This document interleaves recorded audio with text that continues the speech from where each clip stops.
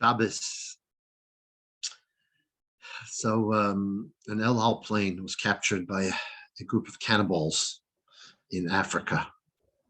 And as the assistant to the chief is looking for the most fatty individual for them to enjoy, the chief says to them, no, this group, you have to prepare them all together, cook them all together.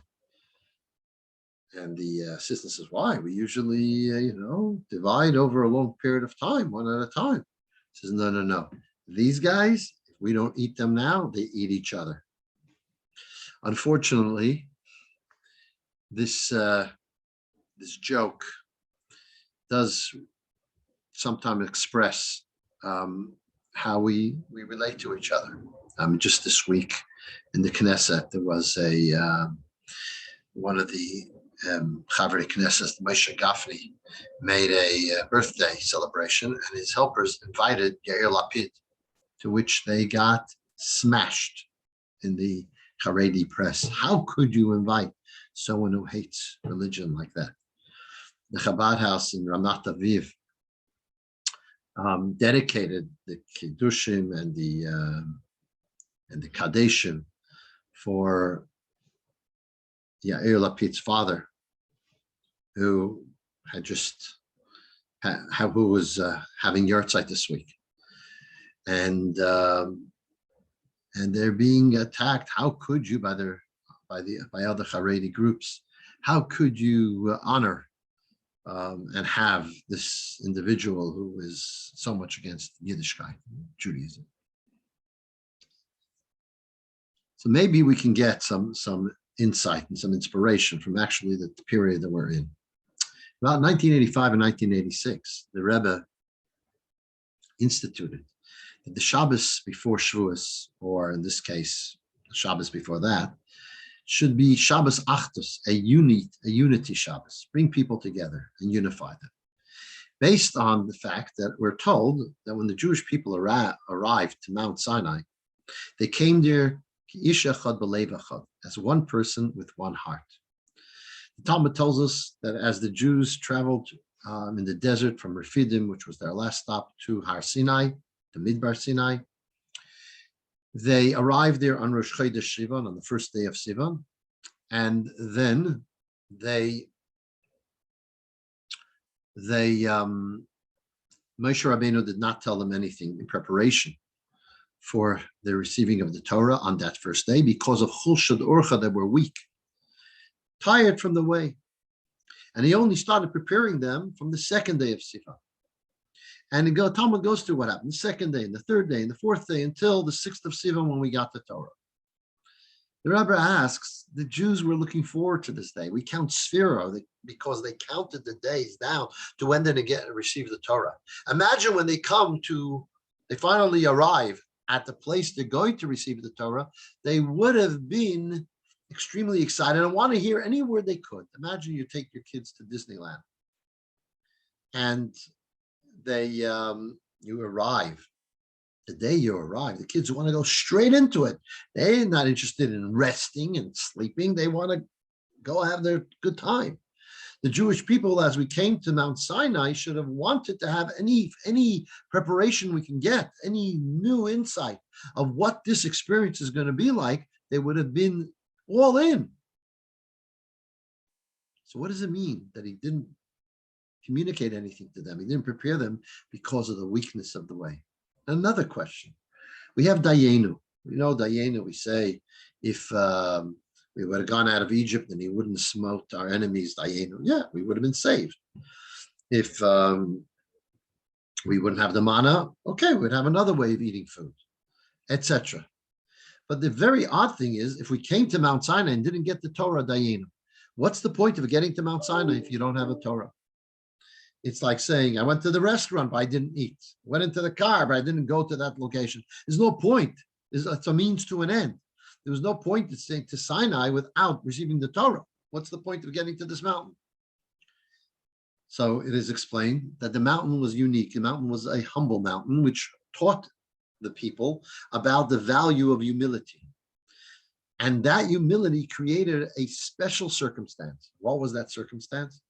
that when the Jewish people arrived at Mount Sinai, the Torah tells us that they encamped in the singular. It doesn't say it in the plural.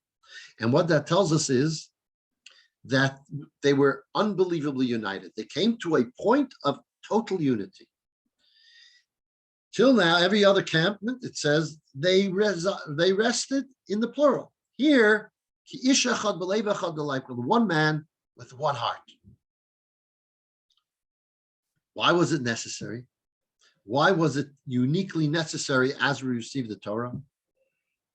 The answer is because what did we receive when we got the Torah?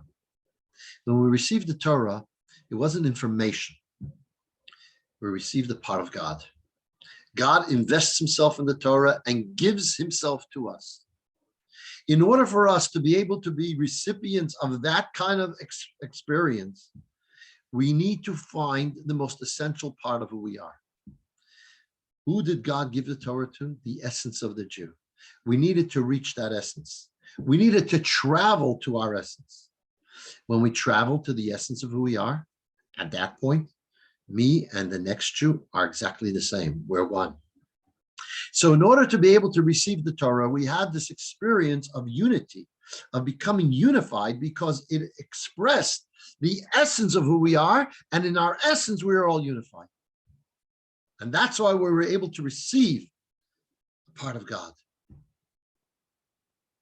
Later, we were prepared to bring that essence into more expressive forms of who we are, into our personality as well, and so on. But it had to begin from reaching the essence of our very being.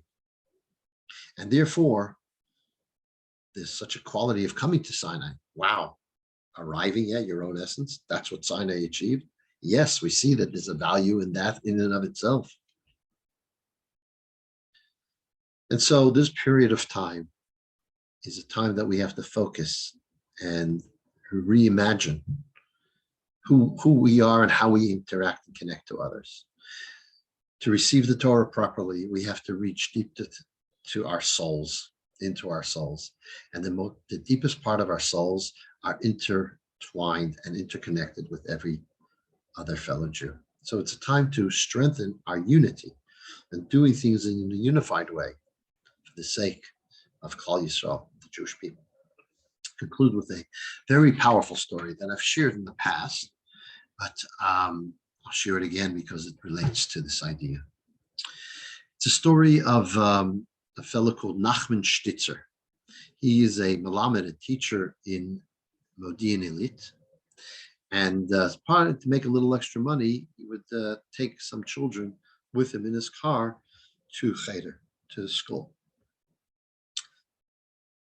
One day, it was in August 2012, he comes back after teaching his classes at the end of the day, and he looks into the back of his car, and he is beside himself. One of the children that he took to school was still in his car seat in a very hot day.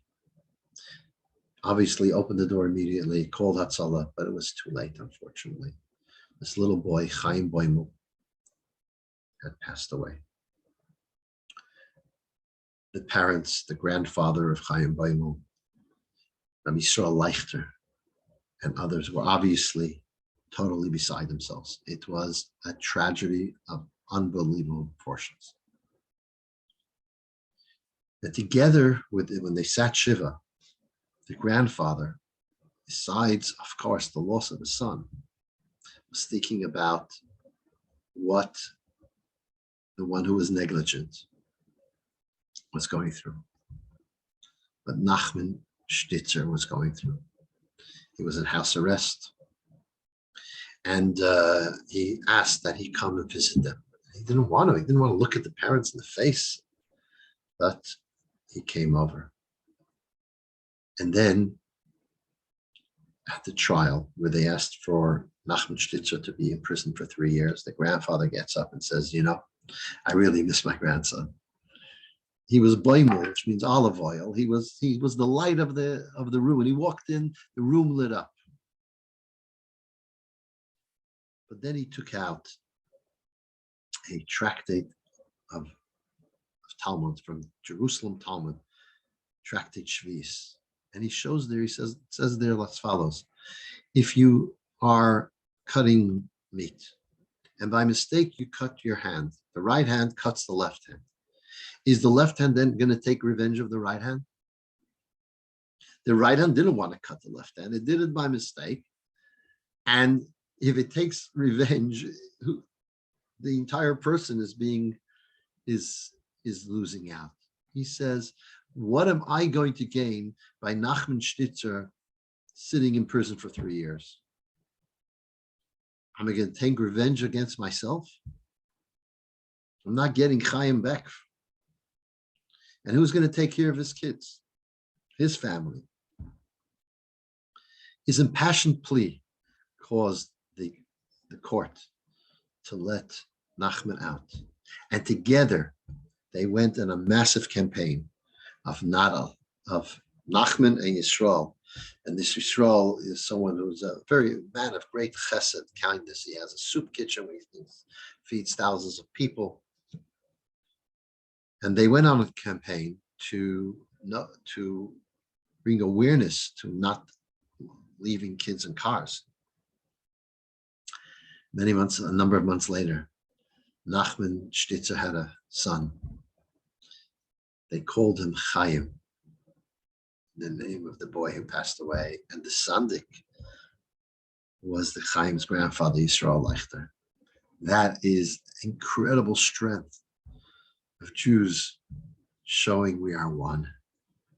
And this is the opportunity this time as we come to Rosh Chodesh Sivan, the Shabbos that blesses the month of Sivan.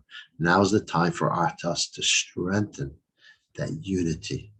And with that unity, we get the merit to really receive, internalize the Torah as we come to the special holiday of Shavuot, Shabbos.